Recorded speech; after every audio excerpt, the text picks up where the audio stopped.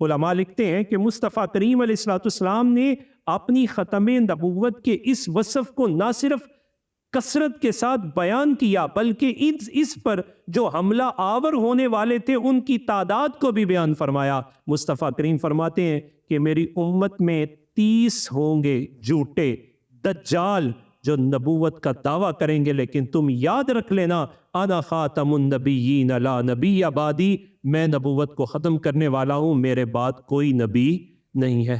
یہ سارے کے سارے جھوٹے اور کذاب ہوں گے، اور ان کی ابتدا کی جسارت سب سے پہلے جس شخص نے کی وہ مسیلمہ کذاب تھا، اور سب سے پہلے اس شخص کے خلاف اپنی ختم نبوت کا دفاع خود ذات رسالت مآب صلی اللہ علیہ وسلم نے فرمایا۔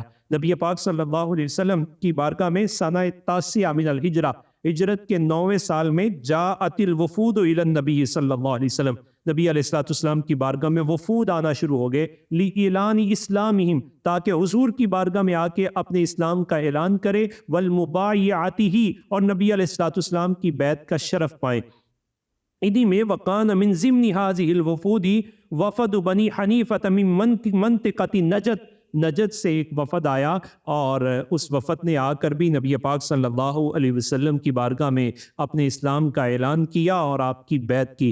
وَفِيهِمْ رَجُلٌ يُدْعَى مُسَیلمہ، اس میں ایک مرد تھا جس کا نام مسیلمہ تھا۔ فَلَمَّا عَادَ وَفَدٌ إِلَى نَجَدٍ، جب یہ وفد نجد کی طرف واپس گیا اور ابھی یہ اپنی سواریوں سے اترے ہی نہیں تھے، حَتَّى أَعْلَنَ مُسَیلَمَةُ ارْتِدَادَهُ، یہاں تک کہ مسیلمہ نے اسلام سے انحراف کا اعلان کر دیا۔ اس نے کہا میں نے جو بیعت کی تھی میں اسے بھی نہیں تسلیم کرتا، اور میں نے جن کا کلمہ پڑھا ہے میں نے وہ کلمہ بھی چھوڑ دیا ہے۔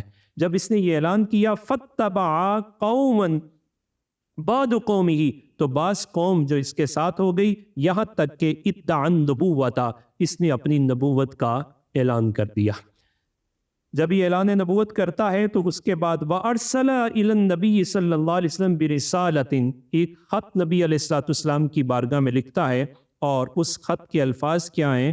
مِن مُسَیلِمَةِ رسول اللہ إِلَى محمد رسول اللہ، کہ یہ مسیلمہ اللہ کے رسول کی طرف سے ہے اس کی طرف جو اللہ کے رسول ہیں۔ یعنی نبی پاک صلی اللہ علیہ وسلم کی رسالت کا اس نے انکار نہیں کیا، لیکن اپنی رسالت کا اس نے دعویٰ کر دیا، اور یہ خط لکھ کے نبی علیہ الصلوۃ والسلام سے یہ کہنے لگا سلام علیک اما بعد فانی اشرکت فی الامر معک وان لنا نصف الارض ولقریش نصف الارض ولکن قریشا قوم یعتدون، کہ میں ایک معاملے میں آپ کے ساتھ شراکت داری چاہتا ہوں، اور وہ معاملہ یہ ہے کہ نصف زمین پر آپ کا استحقاق ہے اور نصف زمین پر میرا استحقاق ہے۔ اور ایک میں اس نے یہ کہا کہ آپ جب تک ظاہری حیات میں موجود ہیں تو میں آپ کو نبی مان لیتا ہوں، لیکن آپ اعلان کر دیجئے کہ آپ کے ظاہری حیات کے بعد نبی میں ہوں۔ نبی پاک صلی اللہ علیہ وسلم کی بارگاہ میں جب یہ خط گیا اور قریت الرسالۃ للنبی صلی اللہ علیہ وسلم، مصطفیٰ کریم علیہ الصلوۃ والسلام کی بارگاہ میں یہ خط پڑھا گیا، تو مصطفیٰ کریم علیہ الصلوۃ والسلام کے چہرے پر جلال کی کیفیات ہے۔ صحابہ کرام رضوان اللہ علیہ مجمعین فرماتے ہیں کہ نبی علیہ الصلوۃ والسلام نے فوراً اس خط کا جواب لکھایا، اور جواب اس میں آپ نے کیا لکھوایا؟ کتب الیہ قال فیہا بسم اللہ الرحمن الرحیم من محمد رسول اللہ الی مسیلمۃ کذاب، یہ خط اللہ کے رسول کی طرف سے جھوٹے کذاب دجال مسیلمہ کی طرف ہے۔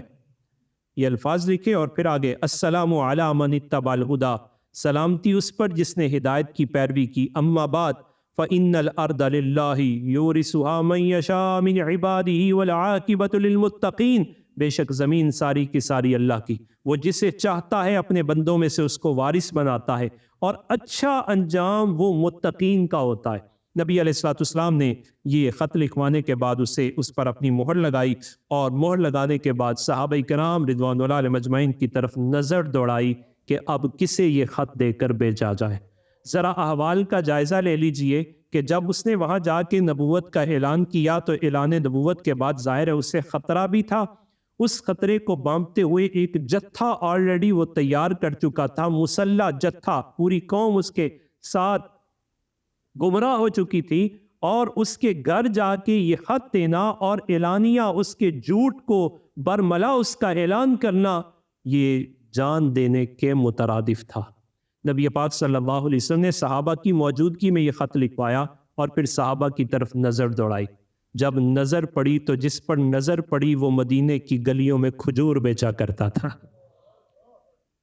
ٹوکرا کھجور کا رکھتے تھے اپنے سر پر اور مدینے کی گلیوں میں گھوما کرتے تھے۔ ایک روایت میں یہ ہے کہ ان کے بیچنے کا انداز بھی بہت شاندار تھا، اپنی کھجور خود ہی کھاتے اور کہتے کھجور بڑی مزیدار ہے اپنی کھجور کو خود تناول کرتے، کھجور کھانے کے بھی بڑے شوقین تھے۔ تو جب نبی علیہ السلام نے یہ کلام فرمایا تو یہ کھجوریں ان کے منہ میں موجود تھیں۔ انہوں نے اسی دوران فوراً کھڑے ہو کے یہ عرض کر دیا کہ حضور یہ ڈیوٹی میری لگائیے گا، میرے علاوہ کسی کی نہ لگائیے گا۔ جب یہ اعلان کیا تو اعلان کے دوران کھجوریں منہ میں موجود تھیں، تو زور سے ذرا بولے تو کھجور کے ذرات گرد و نواح صحابہ پہ پڑ گئے۔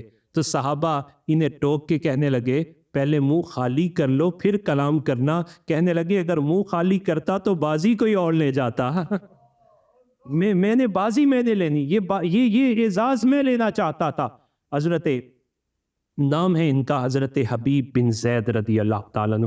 نبی علیہ السلام نے ان کو اپنی نظر رحمت سے ان کا انتخاب فرمایا اور انہیں سواری اور اعزازات کے ساتھ روانہ کیا اور فرمایا یہ خط مسیلمہ کذاب کو جا کے دے دو۔ حبیب بن زید مدینے کا وہ غریب ہے جو کھجوریں بیچتا ہے، 11 بچوں کا باپ ہے، پیچھے مڑ کے اپنے گھر نہیں گئے، خط لیا اور مسیلمہ کذاب کی طرف چل پڑے۔ جب مسیلمہ کذاب کے پاس پہنچتے ہیں تو خوف ذرا بھی جسم پر طاری نہیں ہے۔ انہوں نے پوچھا کون ہو تم؟ تو کہا انا قاصد رسول اللہ محمد صلی اللہ علیہ وسلم، میں محمد صلی اللہ علیہ وسلم اللہ کے رسول کا قاصد ہوں۔ کیا لے کے آئے ہو؟ کہا جو خط بھیجا ہے اس کا جواب لے کے آیا ہو۔ معاملہ یہ تھا کہ اس خط کو قاصد ہی پڑھتے تھے، بڑی مجلس تھی، اس کا خیال تھا شاید کوئی میرا معاہدہ ہو گیا ہوگا اور میرے لیے کوئی خوشخبری آئی ہوگی۔ لوگ اکٹھے تھے، کہنے لگا خط پڑھو۔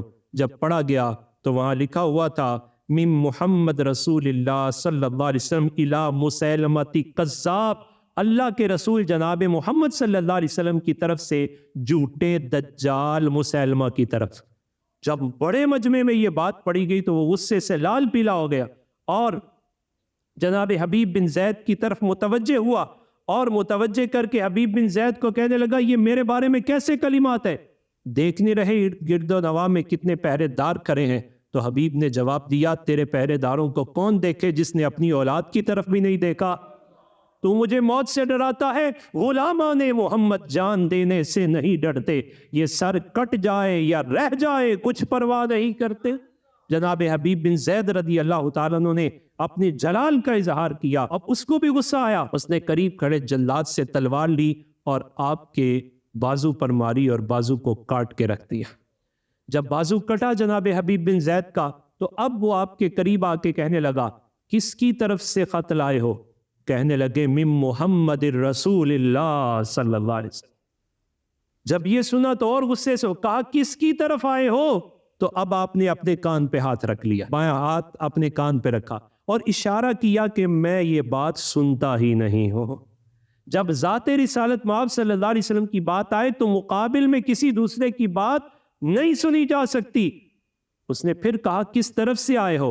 کہا من محمد رسول اللہ صلی اللہ علیہ وسلم۔ پھر اسے غصہ آیا، یہ ہاتھ بھی کاٹ دیا، پھر آپ کے جسم مبارک کا مسئلہ کر دیا، اعضاء کو کاٹ دیا، جان آفرین کے سپرد کر دی۔ ادھر جان آفرین کے سپرد ہوتی ہے اور ادھر مصطفیٰ جان رحمت صلی اللہ علیہ وسلم مدینہ پاک میں موجود ہیں، اور ہمارے آقا و مولا صلی اللہ علیہ وسلم اپنے صحابہ سے کے سامنے یہ اعلان کرتے ہیں اے میرے صحابہ ہمارا حبیب اللہ کے سپرد ہو گیا ہے اور جنت کے 8 دروازے اس کا استقبال کر رہے ہیں۔ یہ صحابہ نے بات سنی تو سننے کے بعد یہ خبر ان کے گھر تک پہنچی۔ جب گھر تک خبر پہنچی تو ان کی والدہ ماجدہ جن کا نام ہے سیدہ نصیبہ بنت قاب، یہ مصطفیٰ کریم علیہ السلام کی بارگاہ میں حاضر ہونے کے لیے جب نکلنے لگیں تو ان کی زبان پر یہ کلمات تھے۔ صحابہ کرام نے ان کلمات کو روایت کیا کہنے لگے کہ وہ جب نکلی تو نکلتے ہوئے کہہ رہی تھی لِمِثْلِ هَذَا أَدَدْتُ، اسی لیے تو بیٹے کو جنا تھا، اسی کے لیے تو بیٹے کو جنا تھا، اسی کے لیے تو بیٹے کو جنا تھا۔ یہ کلمات صحابہ نے مصطفیٰ کریم علیہ السلام تک پہنچائے، اور ان کی آمد سے پہلے پہلے ہی مصطفیٰ کریم علیہ السلام تک یہ کلمات پہنچے کہ وہ یہ کہہ رہی ہے لِمِثْلِ هَذَا عَدَدْتُ عِنْدَ اللَّهِ احْتَسَبْتُ وَصَبَرَتْ وَاحْتَسَبَتْ وَتَمَنَّتْ لَوْ أَنَّ اللَّهَ يُمَكِّنُهَا مِنَ الْإِنْتِقَامِ مِنْ مُسَيْلَمَةِ الْكَذَّابِ، میں نے اپنے بیٹے کو حضور پر قربان ہونے کے لیے ہی جنا تھا، اللہ مجھے اس کا اجر عطا فرمائے گا، میں نے صبر کیا، میں نے اس پر اللہ سے اجر کی توقع کی، اور میری خواہش یہ ہے اب اللہ تعالیٰ مسیلمہ سے انتقام کی سعادت حبیب کی ماں کو عطا فرما دے۔ یہ ماں کا جذبہ تھا۔ جب یہ باتیں نبی علیہ السلام تک پہنچی، ادھر وہ بڑھیا ابھی داخل تھی کہ مصطفیٰ کریم علیہ السلام دعا فرما رہے تھے رحمکم اللہ اہل البیت، اور میرے حبیب کے گھر والوں اللہ تم پہ رحم فرمائے۔ حضور نے جب یہ دعا فرمائی تو اس نے دعا سن لی۔ یہ نبی علیہ السلام کی بارگاہ میں عرض کرنے لگی قالت ادعو اللہ ان نرافقک فی الجنہ، اے اللہ کے رسول آپ دعا تو کر رہے ہیں، ذرا حبیب کی ماں کی آرزو بھی پوچھ لیجئے۔ کہا کیا چاہتی ہے؟ عرض کرنے لگی حضور ایک دعا یہ بھی کر دیں اللہ جنت میں حبیب کے خاندان کو آپ کی رفاقت عطا فرما دے۔ اتنی دیر تھی، اتنا کہنے کی دیر تھی کہ مصطفیٰ کریم علیہ السلام نے دستہائے مبارک اٹھائے اور اللہ کی بارگاہ میں عرض کی اللہم اجعلہم رفقائی فی الجنہ، یا اللہ حبیب کے خاندان کو جنت میں میرا پڑوس عطا فرما دے۔ یہ وہ پہلا جھوٹا شخص تھا مسیلمہ کذاب، جس کے مقابلے میں پہلے محافظ ختم نبوت جناب حبیب بن زید رضی اللہ تعالیٰ عنہ مرتبہ شہادت کو پہنچے۔ علماء نے اب جن افکار کی طرف توجہ دلائی وہ بڑی قابل توجہ ہیں۔ فرمایا پہلی بات تو یہ کہ جب مصطفیٰ کریم علیہ السلام کی کوئی ختم نبوت پر حملہ کرتا ہے تو نگاہ نبوت اپنے پیارے اور حبیب کو خود تلاش کرتی ہے۔ جس طرح مصطفیٰ کریم علیہ السلام نے نگاہ دوڑائی اپنے مجمع کی طرف، مصطفیٰ کریم کی نگاہ تلاش کرتی ہے۔ اور پھر دوسرا علماء نے کہا کہ مصطفیٰ کریم چاہتے یہ ہیں میں انتخاب نہ کروں، خود اپنے آپ کو کوئی پیش کر دے۔ جناب حبیب بن زید نے پیش کر کے پہل کر کے مصطفیٰ کریم علیہ السلام کی نگاہ نبوت کے انتخاب کی سعادت بھی پائی، اور پھر ساتھ مصطفیٰ کریم علیہ السلام کی دعائیں بھی لی۔ علماء فرماتے ہیں شہادت تو وہاں ہوئی مسیلمہ کے پاس، لیکن مسجد نبوی میں مصطفیٰ کریم اس کے لیے دعا فرما رہے ہیں۔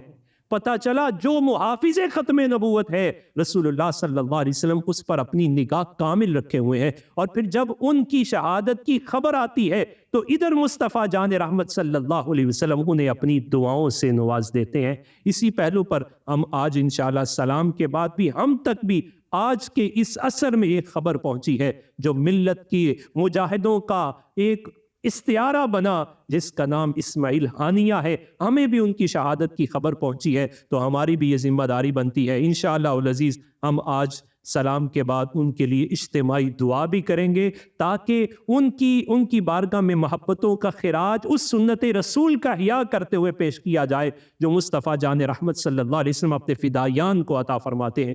پھر علماء فرماتے ہیں کہ نبی پاک صلی اللہ علیہ وسلم کی ختم نبوت کا مسئلہ اتنا حساس ہے کہ مصطفیٰ جان رحمت صلی اللہ علیہ وسلم اس کے لیے خود اپنے فدائیان کو تیار بھی فرماتے ہیں، اور اس کے مقابلے میں خود رسول اللہ صلی اللہ علیہ وسلم اپنے اصحاب کو بھیجتے ہیں۔ یہی وجہ ہے کہ اس مسیلمہ کذاب کے خلاف باقاعدہ جو جنگ کا اعلان تھا، مصطفیٰ جان رحمت صلی اللہ علیہ وسلم بظاہراً دنیا میں حیات نہ رہے تو جناب سیدنا صدیق اکبر رضی اللہ تعالیٰ عنہ نے خطبہ دیا، اور اپنی اس امارت میں سب سے پہلا اعلان یہ کیا کہ یمامہ کی طرف رخ کر لو، یمامہ کی طرف رخ کرو۔ حتیٰ کہ حضرت خالد بن ولید رضی اللہ تعالیٰ عنہ جو عیسائیوں کے مقابلے پر موجود تھے وہاں سے بلایا، ابو عبیدہ بن جراح کو وہاں متعین کیا اور کہا خالد بن ولید آپ یمامہ کی طرف جاؤ گے۔ جناب خالد بن ولید جب وہاں پہنچے تو کیفیات جنگ کی یہ ہے کہ دونوں طرف سے نعرہ تکبیر کی صدائیں بلند ہو رہی ہیں۔ یہ وہ پہلا پہلا مارکا تھا اس انداز کا کہ جہاں دونوں اطراف سے نعرہ تکبیر کی صدائیں بلند ہو رہی ہیں، پہچان ممکن نہیں تھی، تو جناب خالد نے اب پہچان کروائی، کہا قولوا یا محمد یا رسول اللہ، یا محمد یا رسول اللہ، تاکہ امتیاز ہو جائے، پہچان ہو جائے۔ جنگ یمامہ میں ان رسول اللہ صلی اللہ علیہ وسلم کے فدائیوں کا امتیاز کا نعرہ تھا یا محمد یا رسول اللہ، یا محمد۔ اور کیفیات یہ تھی کہ صحابہ کرام نے تہیہ کر رکھا تھا کہ جان جاتی ہے تو چلی جائے، لیکن رسول اللہ صلی اللہ علیہ وسلم کی ختم نبوت پر ڈاکہ مارنے والے کو چھوڑا نہیں جائے گا۔ یہ وہ جنگ یمامہ ہے کہ جس میں صحابہ کرام رضوان اللہ علیہ مجمعین میں سے سب سے زیادہ حفاظ یہاں شہید ہوئے، تقریباً 700 حفاظ کرام، بدری صحابہ جو امت کے لیے برکت تھے، انہیں بھی یہاں بھیجا گیا، وہ بھی یہاں شہید ہوئے۔ اور اس پر حضرت اقبال جب اس پہلو پر آئے، حضرت اقبال کی بہت ساری خصوصیات ہیں کہ انہوں نے جمی جہت سے بہت کام کیا ہے، آپ ترجمان حقیقت بھی ہیں، ان کی سب خوبیاں اپنی جگہ، لیکن ان کی یہ خوبی یہ تھی کہ ان کا دل ملت اسلامیہ کے لیے دھڑکتا تھا، اور انہوں نے انحطاط کے دور میں عالم اسلام کے تن مدحمل میں ایک عقابی روح پیدا کی۔ اور فتنہ قادیانیت کے حوالے سے جب آپ نے اس پہلو کو پڑھا تو ایک بڑی باریک بات کی کہ آخر نبی علیہ السلام نے خود اس فتنے کی سرکوبی کے لیے پہل کیوں فرمائی؟ فرمایا اس وجہ سے کہ نبی علیہ السلام یہ نہیں چاہتے تھے کہ میری امت کے مقابلے میں کوئی اور امت آ جائے اور امت دو حصوں میں تقسیم ہو جائے۔ یعنی یہ امت کی تقسیم ہے، امت کا زوال اور انحطاط اس سے کیا بڑھ کر ہوگا کہ ایک طرف رسول اللہ کے امتی اور دوسری طرف جوٹوں کے امتی کھڑے ہوں گے۔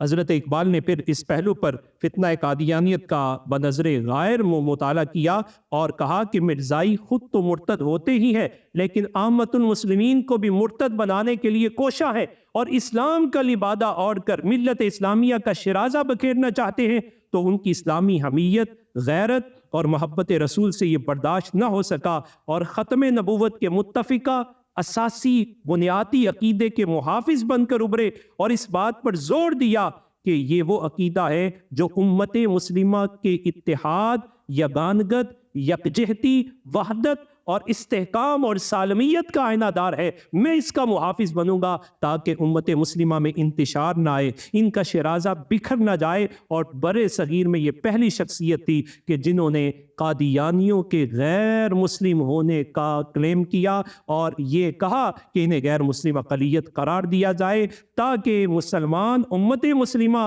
اس کا استحکام اور اس کا شرازہ بکھرنے سے محفوظ رہ جائے۔ اور اگر آپ ضرب کلیم کا مطالعہ کرتے ہیں تو آپ حیران رہ جائیں گے کہ ضرب کلیم میں آپ کا زور زیادہ اس فتنہ قادیانیت کے متعلق آگہی سے متعلقہ تھا کہ یہ ایسا فتنہ ہے کہ مسلمانوں کا لبادہ اوڑھ کر مسلمانوں کو ان کے رسول سے برگشتہ کرنے کی کوشش کرتا ہے۔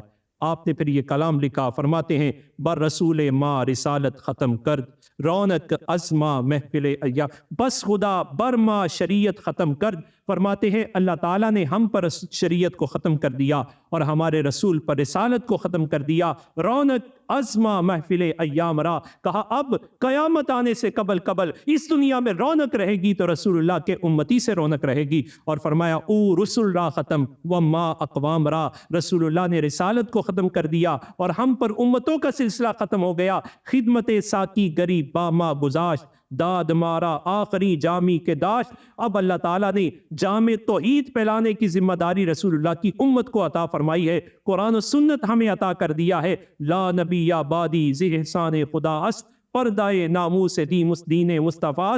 فرماتے ہیں رسول اللہ کا خاتم النبیین ہونا یہ اللہ تعالیٰ کا اس امت پر احسان ہے۔ اگر حضور خاتم النبیین نہ ہوتے تو اس امت کا شرازہ بکھر جاتا۔ رسول اللہ صلی اللہ علیہ وسلم کا خاتم النبیین ہونا اس امت کا اعزاز ہے۔ قوم را سرمایہ قوت ازو، فرمایا ملت کو قوت تبھی ملے گی جب رسول اللہ کی غلامی پر اکٹھی رہے گی۔ اور کہا حفظ صدر وحدت ملت ازو، کہ ملت کی وحدت کا راز صرف یہ ہے کہ رسول اللہ صلی اللہ علیہ وسلم کی محبت اور آپ کی ختم نبوت کے اس وصف پر کسی اعتبار پہ کسی گوشے کے اندر بھی کوئی دوسرا خیال نہ آئے۔ فرمایا حق تعالی نقش ہر دعویٰ شکست، تا ابد اسلام را شرازہ بشت، کہ مدعی نبوت کے دجل کا تارو پود اللہ تعالیٰ نے بکھیر کے رکھ دیا اور اسلام کے شرازے کو اس آیت سے استوار کر دیا. ما کان محمد ابا احد من رجالکم ولکن رسول اللہ وخاتم النبیین.